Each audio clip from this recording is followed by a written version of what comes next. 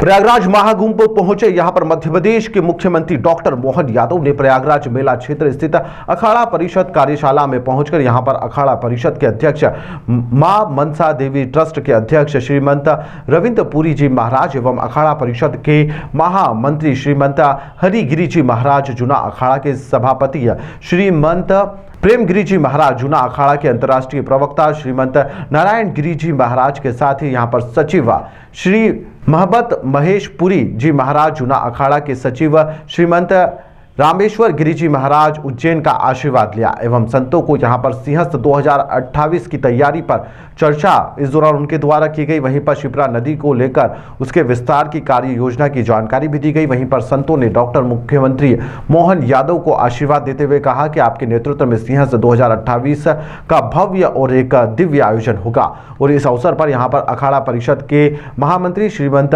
हरिगिरी जी महाराज ने यहां पर मुख्यमंत्री डॉक्टर मोहन यादव से मार्ग की शिप्रा नदी से लेकर त्रिवेणी तक का सिद्धवट से लेकर शिप्रा के गाद निकालकर उसे गहरा किया जाने की बात कही।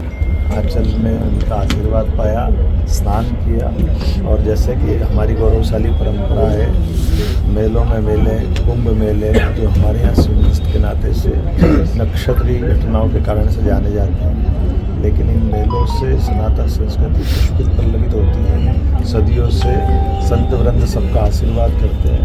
हमने देवता नहीं देखे, लेकिन जीते जी देवता देखने का आनंद यहाँ स्वर्ग समान बरसता है।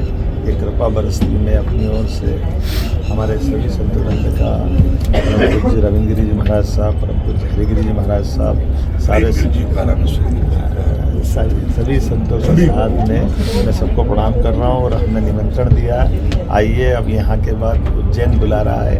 आगामी 2028 में उज्जैन में सिंहस्थ का आयोजन है। इस अवसर पर हमने पर्याप्त तैयारियां करा दी सभी संत वृंद के लिए, अखाड़ों के लिए स्थायी निर्माण प्रक्रिया को चालू करते हुए पूरा अखाड़ा परिषद से बाकी सब के लिए, सामाजिक संस्थाओं के लिए अखाड़ा, स्कूल, कॉलेज, हॉस्पिटल, धर्मशाला एक हरिद्वार की तर्ज पर तीर्थ नगरी के रूप में, धार्मिक नगरी के रूप में उज्जैन की पहचान बने। इस पर बड़ी योजना से हम काम कर रहे हैं। ऐसे में सबकी इच्छा थी कि हरिद्वार के समान जैसे गंगा का स्नान वहाँ होता है या यहाँ होता है, अब उज्जैन में आए तो छिपरा के जल से स्नान हो, ये पूरे साल छिपरा जी में जल मिले। हमने प्रबंधन ऐसे किए राज्य सरकार के माध्यम से। निश्चित रूप से आने वाले समय में छिपरा के जल से ही हमेशा सारे तीर्थ पर्वों के स्नान होंगे और सिंहस्थ का स्नान भी छिपरा के जल से होगा। मैंने एक और निवेदन किया, महाराज जी ने कहा तो छिपरा का जहाँ जहाँ प्रभाव अवरुद्ध होता है, कहीं गाद जमी है, कहीं साफ सफाई की ज़रूरत है, जो आवश्यकता होगी सरकार सब कुछ करेगी, लेकिन छिपरा जी को लेकर के उनकी जो पवित्रता और उसकी मर्यादा को बनाते हुए उज्जैन की गौरव गरिमा को बढ़ाने का लगातार प्रयास करेंगे। मैं इस पुनः सभी संत चरण में प्रणाम करते हुए अपनी सरकार के लिए उनकी तरफ से आशीष की कामना भी करता हूँ और सनातन धर्म की संस्कृति की ये धारा निर्वल अविराम बहती रहे, ये कामना रखता हूँ। सभी सरोवर की सफाई का काम भी हम करेंगे, क्योंकि जल ही जीवन है। हम हर साल जलगंगा अभियान चलाते हैं और इसमें हमने प्रायोरिटी रखते हुए फिर पुनः संकल्प किया है कि गंगा दशमी तक ये लगातार अभियान चलेगा, गुड़ी पड़वा से लगाकर, और सारे जल स्रोतों पर काम करेंगे।